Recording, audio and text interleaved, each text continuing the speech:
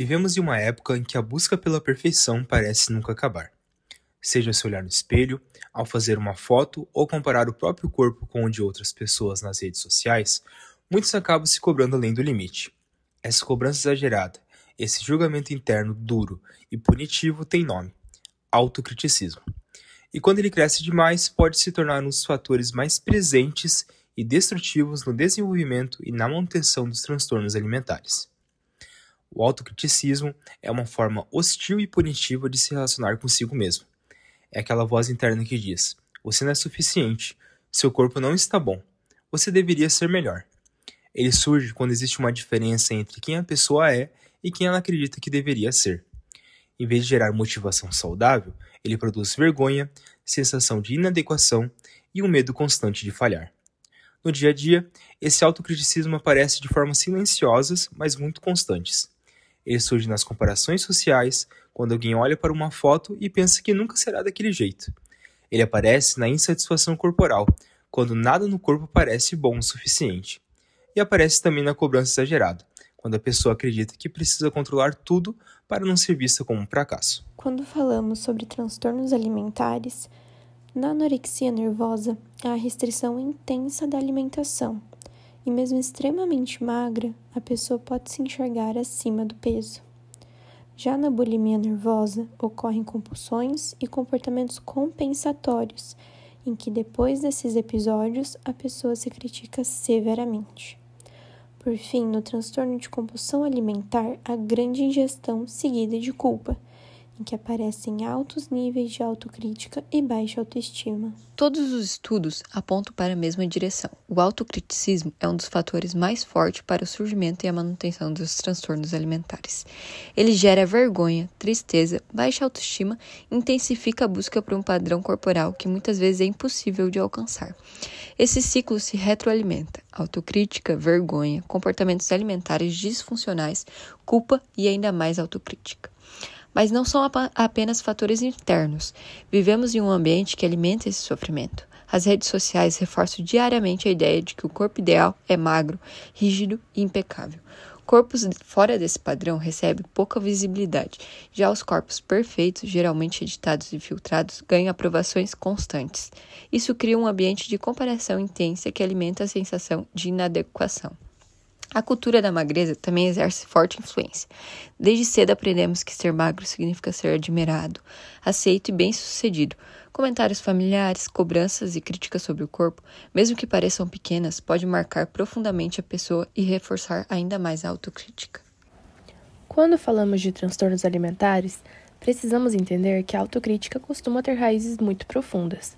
Muitas vezes, ela se forma ainda na infância, em ambientes onde a aparência, o desempenho ou o comportamento eram constantemente avaliados. Críticas duras, comparações com outras pessoas e comentários sobre o seu corpo ou peso deixam marcas emocionais que vão moldando a maneira como a pessoa se enxerga. Com o tempo, essa autocrítica cresce e se torna uma voz interna rígida, que cobra a perfeição o tempo todo. E nos transtornos alimentares, essa voz pode se transformar em um ciclo de vergonha, culpa e autoexigência extrema. É como se a pessoa acreditasse que punir o próprio corpo fosse uma maneira de manter o controle.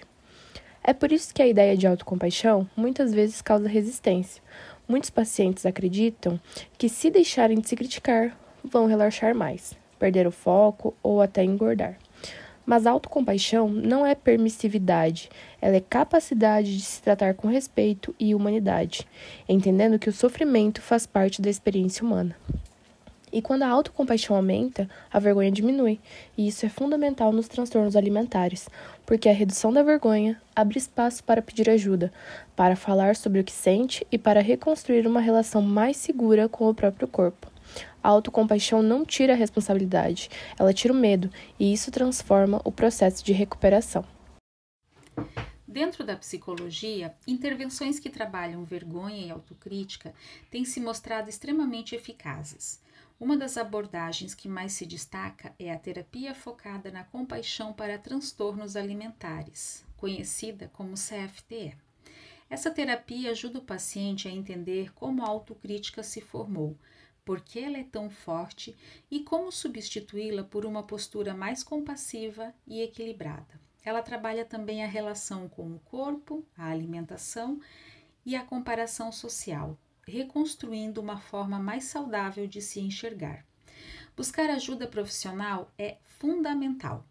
Psicólogos, nutricionistas, médicos e equipes multidisciplinares fazem parte do tratamento e são essenciais na recuperação.